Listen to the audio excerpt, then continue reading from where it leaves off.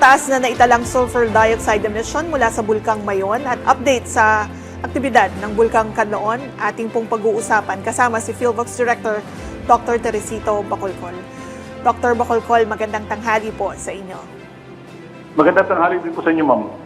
Well, bago po ang lahat, hihingi po muna kami ng update dahil may uson o pyroclastic density current na naitala sa Bulkang Mayon kaninang umaga. Ano po ang latest update tungkol dito? Well, natapos na po yung pyroclastic density current and umabot lamang ito ng 300 meters. So, most likely kung may abuman ay nasa dalisdis lamang ito ng bulkan. Okay. Sir, pakipaliwanag po, ano naman po ito naitalang minor episodic strombolian activity at short-lived lava fountaining na naitala po kahapon? Ang minor strombolian activity, ibig sabihin lang po ito, ay yung meron tayong short-lived na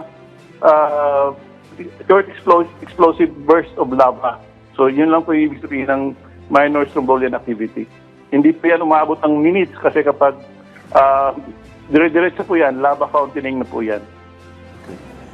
Well, sir, kaugnay po dito, naitala din ng PhilVox yung pinakamataas na sulfur dioxide emissions ng Bulkang Mayon sa loob po ng 16 na taon.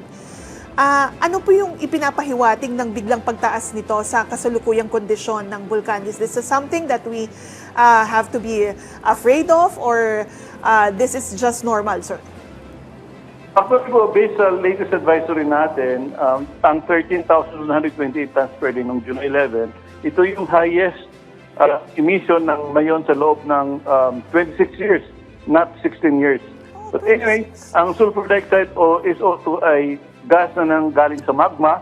So kapag mataas ang sulfur dioxide emission, ibig sabihin maraming volcanic gas ang nailabas mula sa ilalim ng bulkan.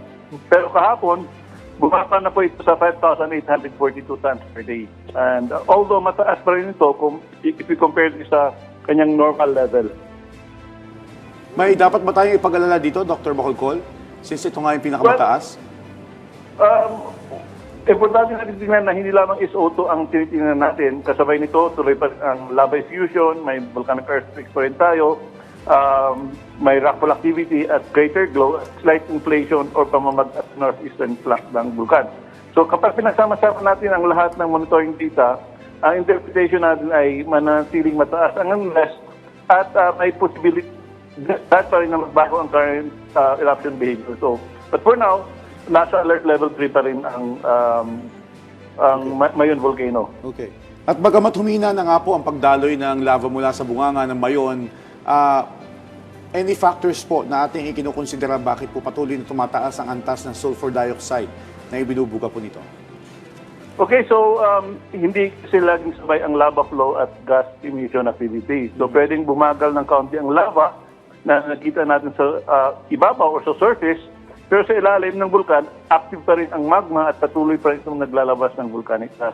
So sa ngayon, tuloy ang lava flow sa may Basud, Bunga at Isigalis. Mayroon din tayong napanggit ko kanina, weak strombolian activity. And meron tayong volcanic earthquakes, 92 yung naitala natin for the past 24 hours, and 299 rockfall events. So overall, active pa rin, very much active pa rin ang volcanic system ng Mayon volcano.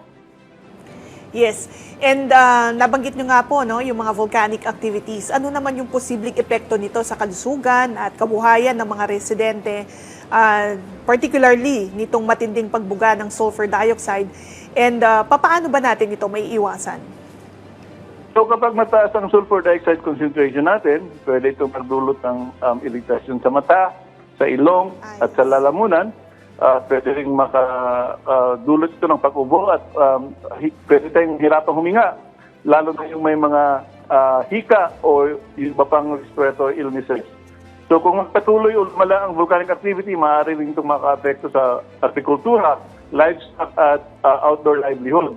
So yung advice natin ay limitahan ang outdoor activities kapag mataas ang volcanic gas, sundin ang advisories ng mga LGUs, and kung may ashfall naman ay magsuot ng N95 kung maaari.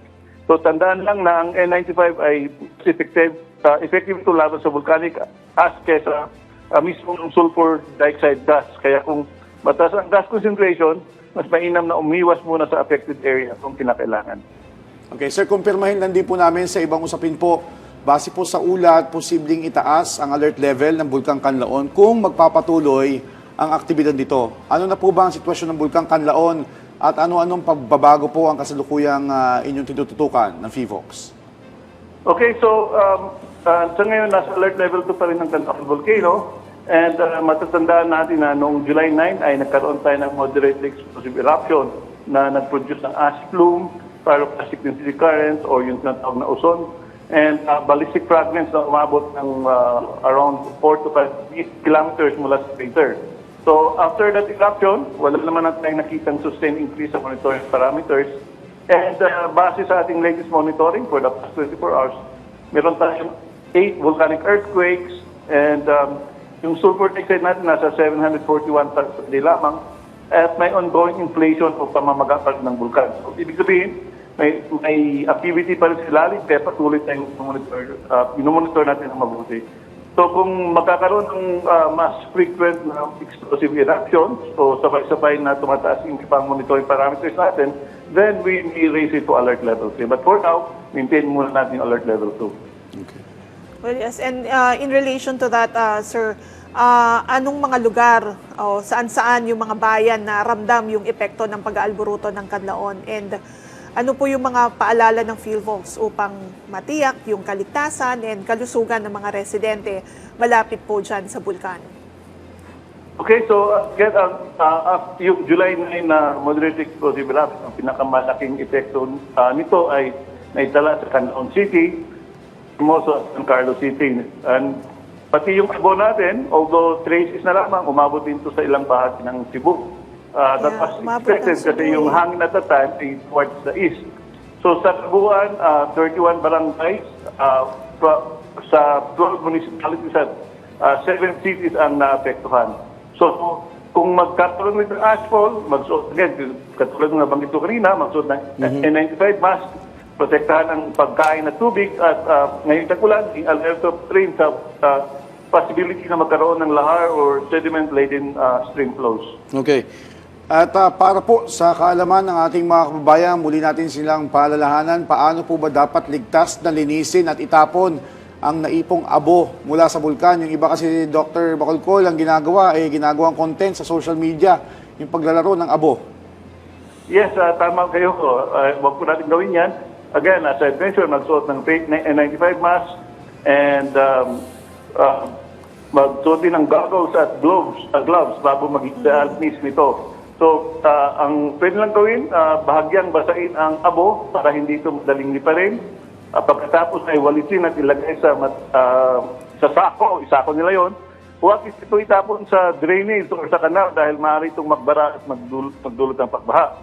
Kung makapal talaga ang abo sa bubong nila sa mga bahay, alisin agad ito, pero dahan-dahan lamang dahil mabigat ang abo kapag nabasa at pwedeng magdulot ito ng roof collapse.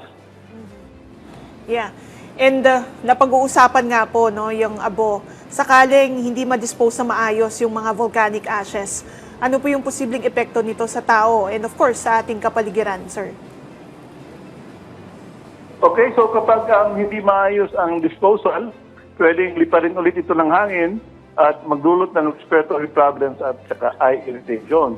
So pwede rin itong makontaminate o pwede rin i-contaminate ang ating pagkain at tubig, maka-apekto rin ito sa pananim at sa mga hayop at pwedeng magbara sa ating mga drainage system.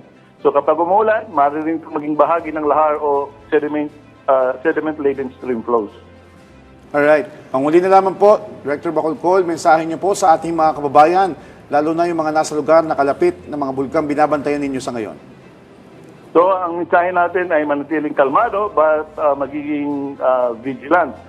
Parehong very much active ang Mayon at Canlaon Volcano, kaya mahalagang sundin ang danger zones, yung permanent danger zones na recommend natin. For Canlaon Volcano, it's 4 kilometers and for Mayon Volcano, it's 6 kilometers. And again, sundin ang advisories ng ating tanggapan at ang kanilang LGUs.